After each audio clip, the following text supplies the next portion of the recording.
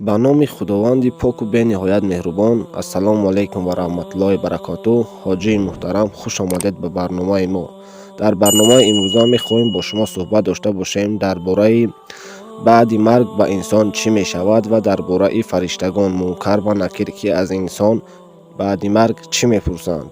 Мо дар бораи ин мавзӯъ ба шумо якчандта савол тайёр намудаем ва аз шумо хоҳиш менамоем, ки дар бораи ин мавзӯъ ба мо пурратар маълумот медодед.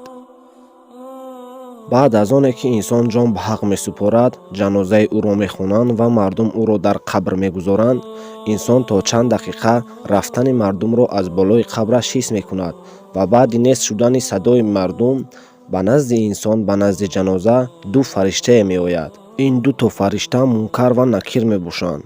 дар ҳадисҳо омадааст, ки яке ранги сиёҳ ва дигаре ранги сафед дорад. мӯйҳои онҳо дароз мебошанд ва мӯйҳояшон дар замин мерасад. онҳо овози баланду даҳшатноке доранд ва дар дасташон табари оҳание аст, ки агар ҳамаи ҷину инсонҳо кӯшиш кунанд, ки табарро бардоранд, наметавонанд. онҳо бо маит наздик мешаванд ва мисле ки қабр кушода мешаваду равшании офтоб бар рӯи маит меафтад. маит онҳоро ин гуна мебинад, гӯё ки қабр кушода мешаваду равшании офтоб бар рӯи маит меафтад.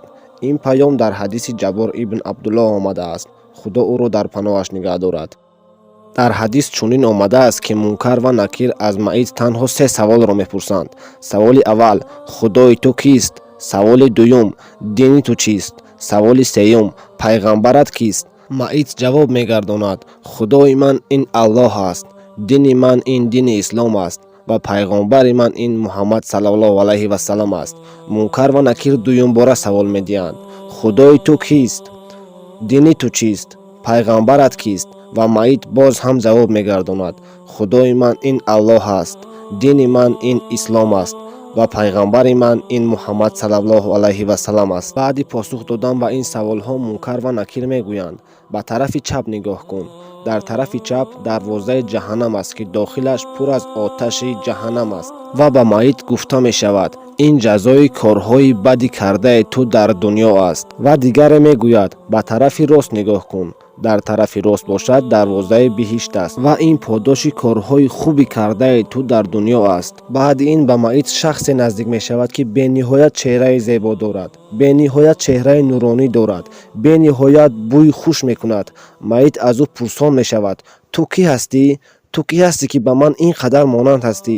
ӯ дар ҷавоб мегӯяд: ман ин ту ҳастам, ман ин корҳои хуби кардаи ту ҳастам, ман ин қалби поки ту ҳастам, ки туро имрӯз ба ҷаннат мебарам. ман касе ҳастам, ки дар номаи аъмолат танҳо корҳои хуби туро навистам.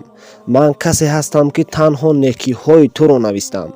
ман касе ҳастам, ки намозҳои хонда ва саҷдаҳои кардаи туро дар номаи аъмолат навиштам. албатта шахсоне, ки ҳазорҳо ва ҳатто садҳо ҳазор солҳо пеш вафот карда буданд, агар ки бандаи муъмин буданд, ҳангоми вафот кардан калимаи шаҳодатро ба забон гирифта буданд, рӯҳи онҳо то ҳол дар оромӣ қарор дорад. ва шахсоне, ки бандаи муъмин набуданду калимаи шаҳодатро бар забон нагирифтанд, то ҳол рӯи онҳо дар ҷазои сахт дар оташи ҷаҳаннам месӯзад. агар касоне, ки ба саволҳои мункар ва накир ҷавоб дода натавонанд, онҳоро азоби сахттарине дар ҷаҳаннам интизор аст. дар ҳадисҳо омадааст, ки агар инсон ба саволҳои мункар ва накир ҷавоб дода натавонад, он чунон азоби сахте мекашад, ки тасаввур карданаш ғайриимкон аст. баъд ба наздаш касе меояд, ки бениҳоят чеҳраи бад дорад, бениҳоят бӯи бад дорад. маит аз ӯ савол мепурсад: ту кӣ ҳастӣ? ту кӣ ҳастӣ, ки ба назди ман омадӣ?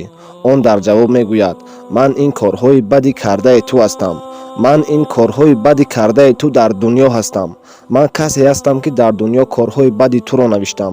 ман касе ҳастам, ки дар дунё намозҳои нохондаи туро дар номаи аъмолат навиштам. баъд дарвозаи биҳишт дар як тараф кушода мешавад ва аз маит пурсида мешавад, ки агар ту дар дунё корҳои хуб мекардӣ, агар саҷда ба худованд мекардӣ, ҳоло имрӯз худованд туро ба ин ҷо лоиқ медонист. баъд аз тарафи дигар дарвозаи ҷаҳаннам кушода мешавад ва ба маит гуфта мешавад: ту дар ин ҷо мемонӣ то даме, ки аз гуноҳ пок гардӣ.